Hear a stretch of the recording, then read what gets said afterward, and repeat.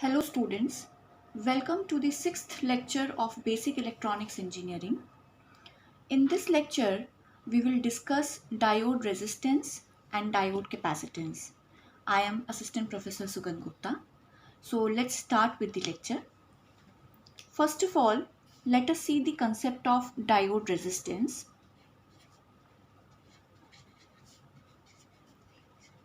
We have already discussed in the fourth lecture the ideal characteristics of diode. So in that we saw that when the diode is forward biased, the resistance is minimum, and when a practical diode is reverse biased, the resistance is maximum. So practically a diode neither offers zero resistance during forward bias and a diode neither offers infinite resistance during reverse bias. So therefore, we can say that a diode offers a finite amount of resistance during both the types of biasing. So diode offers finite resistance during both types of biasing.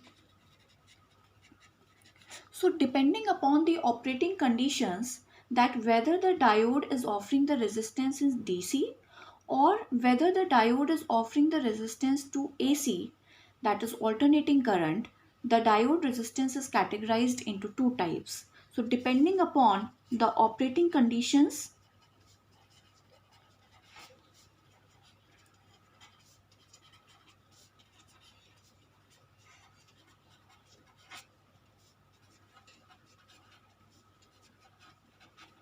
DC or AC, the diode resistance is categorized into two types. And what are they? Diode resistance? They are, first is static resistance,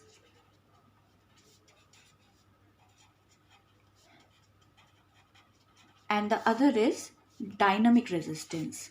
So static resistance is the resistance that is offered by the diode to DC, and dynamic resistance is the resistance offered by the diode to AC, that is alternating current and direct current. So static resistance. So let us start learning them one by one, understanding them one by one. First of all, we'll try to understand the static resistance.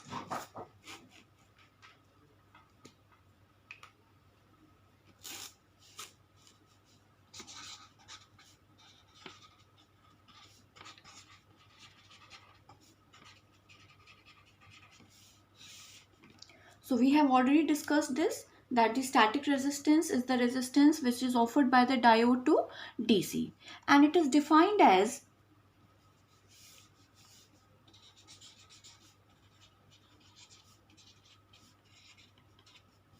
first point, and it is defined as ratio of simply voltage upon current. So R is equals to voltage upon current. So if I draw the diode characteristic, let me consider the forward part. So this resistance is forward and it is generally denoted by capital R. So forward characteristic, this is how the forward characteristic look.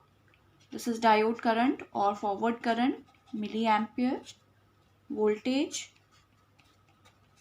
So if I want to calculate the diode resistance at point A, I would simply calculate the voltage at this point and the current at this point, that is VA and IA. So the forward resistance in this case will be given by VA upon IA. Simply voltage upon current, as we usually know that resistance is voltage upon current. So static resistance at point A.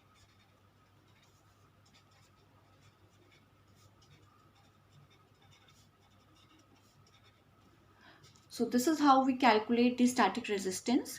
Now we all know that in forward biasing the resistance is very low, so RF is going to be low, but it's not going to be zero practically. Therefore we say that the resistance offered by the diode is finite. Now let's talk about dynamic resistance.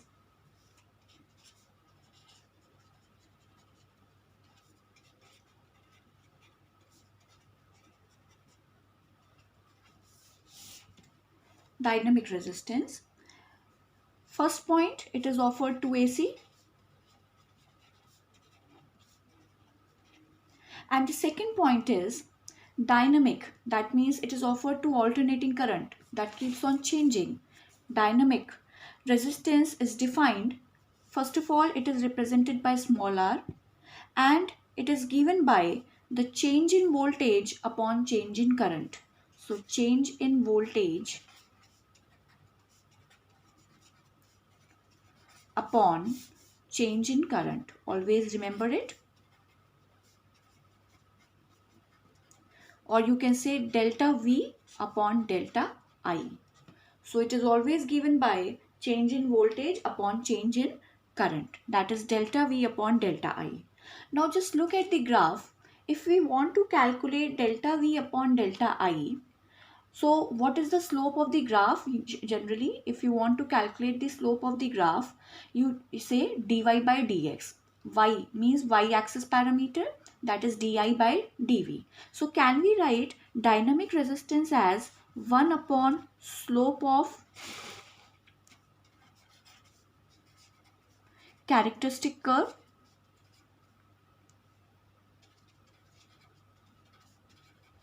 Can we write it? Because the slope of the curve is given by dy by dx, and dy is, what is the y-axis parameter? Di by dv. But we want to calculate dv by di. So simply we can reciprocate it, and the reciprocal is given by 1 upon slope of characteristic curve. So therefore we can write dynamic resistance as 1 upon the slope of characteristic curve. Because the slope is di by dv, so when you reciprocate it, it will become dv by di, that is desired. So how are you going to calculate this portion? So there is a small derivation for it. We have already learned in the lecture number 4 the diode current equation. I will give you the link of lecture 4 in the description box. So the slope of characteristic curve will be calculated by first of all starting from the diode current equation. Because see your objective, what you have to calculate. You have to calculate di by dv. You have to calculate di by dv, and for that you need to write the equation of I, that is the diode current equation, and that we will differentiate that equation with respect to voltage, and thereby we can calculate di by dv. When we will reciprocate it, we will get the dynamic resistance. So I hope you understood what we are going to do. So let's start.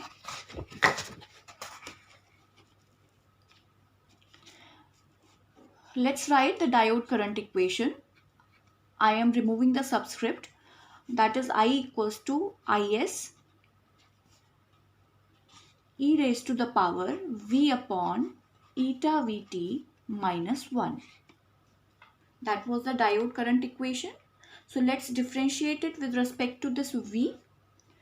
Di by dV is equals to, this is a constant, Is e raised to the power V upon eta Vt will remain like this, multiplied by 1 upon eta Vt, and minus Is will be multiplied inside, it's a constant, so it will be 0.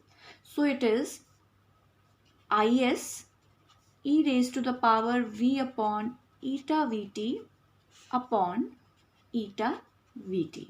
This is what we get di by dv. Now if we go back to the diode current equation and I open it, I open the bracket, then what do we come across? We come across this portion. Now we all know that this current is the reverse saturation current, and the reverse saturation current is very less. So we can neglect this portion, we can neglect this part, and I is almost equal to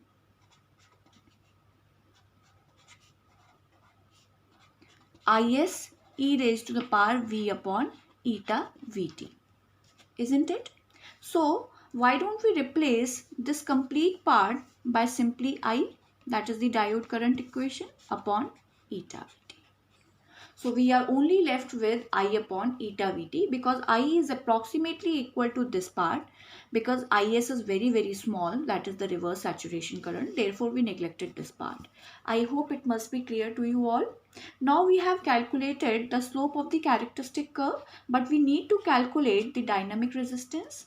So therefore it is the reciprocal of the slope of characteristic curve, and hence it will become 1 upon di by dv, and that is eta Vt upon I.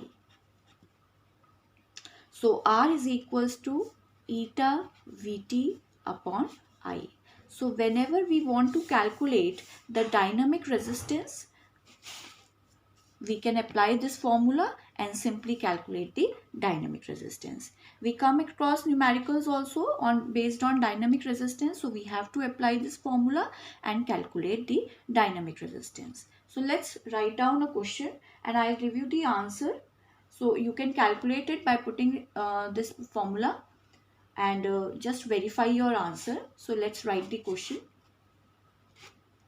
The question is, you can note down in your notebooks, calculate the dynamic forward and reverse resistance.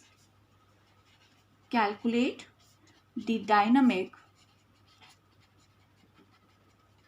forward and reverse resistance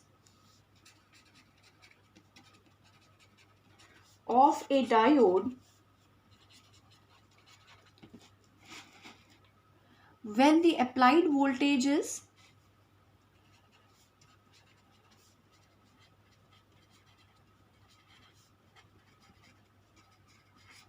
0.5 volt at temperature of 12 degrees Celsius and Is is equals to 5 microampere. That's it. So the answer that you will get for this is 4.3 into 10 raised to the power minus 6 ohm. You will get this answer. Just apply this formula, put the values, and you will get this answer. Verify your answer, and that was all about the diode resistance. So I hope you must have understood. In the next part, we will discuss the diode capacitance, and hence we will complete our lecture 6. Thank you, students.